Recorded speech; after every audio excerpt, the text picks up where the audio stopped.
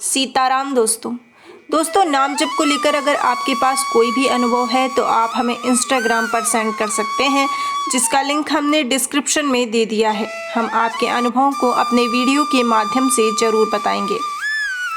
नाम जप की महिमा कहते हुए परम श्रद्धेय स्वामी राम सुखदास जी महाराज कहते हैं कि कई लोग नाम की महिमा पर प्रश्न उठाते हैं। कहते हैं कि गुड़ का नाम लेने से मुख मीठा नहीं होता, फिर क्या भगवान का नाम लेने से होगा? क्या भगवान का नाम लेने से हम भगवान के करीब पहुंच जाएंगे? इस प्रश्न का उत्तर देते हुए स्वामी जी कहते हैं, जिस वस्तु का नाम गुड़ है उसके नाम में गुड़ नामावली वस्तु का अभाव है, अर्थात गुड़ के नाम में गुड़ नहीं है। और जब तक गुड़ का रसनेंद्रिय जीभ के साथ नहीं होता तब तक मुख मीठा नहीं होता, अर्थात गुड़ केवल नाम है, उसमें गुड़ का कोई गुण नहीं है, क्योंकि जीभ में गुड़ मौजूद नहीं है। ऐसे ही धनी का नाम लेने से धन नहीं मिलता, क्योंकि धनी के नाम में धन मौजूद नहीं है, परंतु भगवान के नाम में भगवान मौजूद है। अर्थात स्वामी जी कहते हैं कि नामी और नाम में कोई अंतर है ही नहीं। नामी भगवान और उनका नाम दोनों अलग अलग है ही नहीं। नामी में नाम मौजूद है और नाम में नामी मौजूद है, अर्थात भगवान में नाम मौजूद है और भगवान के नाम में भगवान मौजूद है। अतः नामी का भगवान का नाम लेने से भगवान मिल जाते हैं, नामी प्रकट हो जाते हैं। फिर स्वामी जी एक और प्रश्न का उत्तर देते हैं। प्रश्न है, नाम तो केवल शब्द मात्र है, उससे क्या कार्य सिद्ध होगा? इसके उत्तर में स्वामी जी कहते हैं, ऐसे तो शब्द मात्र में अचिंत्य शक्ति है। नाम में भगवान के साथ संबंध जोड़ने की एक विशेष सामर्थ्य है।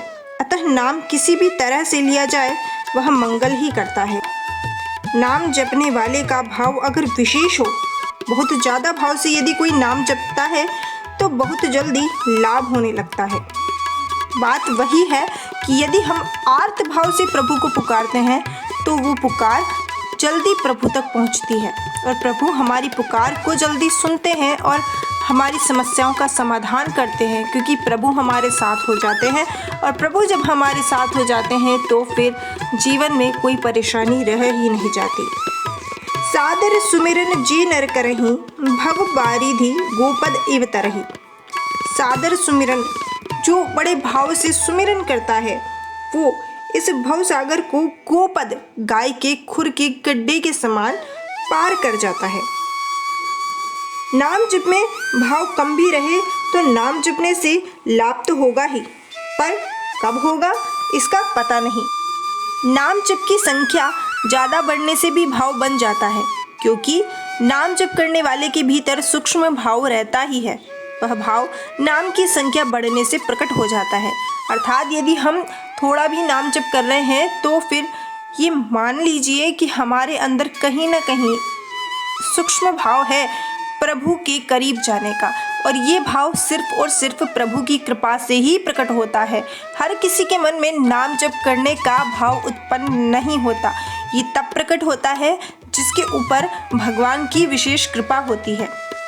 नाम जप कोई कर्म नहीं है बल्कि उपासना है, क्योंकि नाम जप में जापक का लक्ष्य संबंध भगवान से रहता है।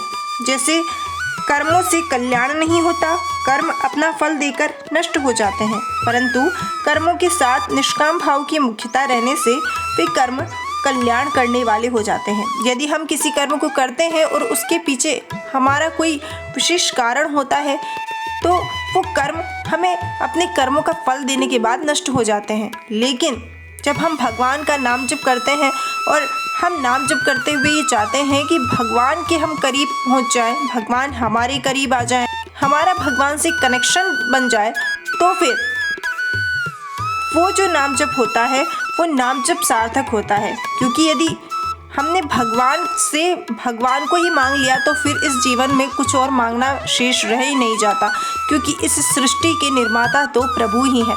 यदि हम भगवान से कोई चीज़ मांगेंगे तो सिर्फ भगवान वो चीज़ देकर हमसे पल्ला झाड़ लेंगे, लेकिन यदि हम भगवान से भगवान को मांगेंगे तो फिर हमारे लिए इस जीवन में कोई चीज़ की कमी भगवान नहीं रहने देंगे।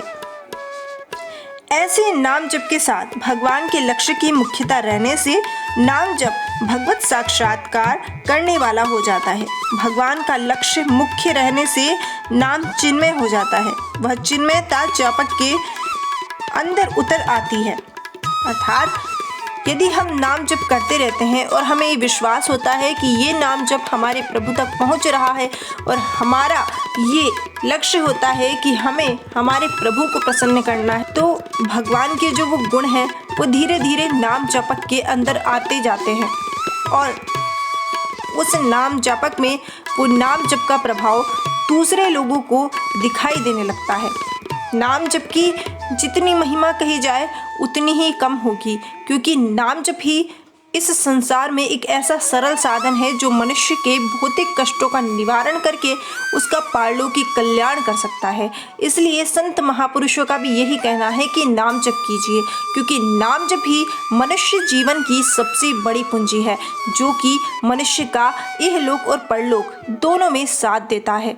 इसलिए नाम जप कीजिए और एक भी दिन व्यर्थ ना जाने दीजिए। फिलहाल बस आज के लिए इतना ही।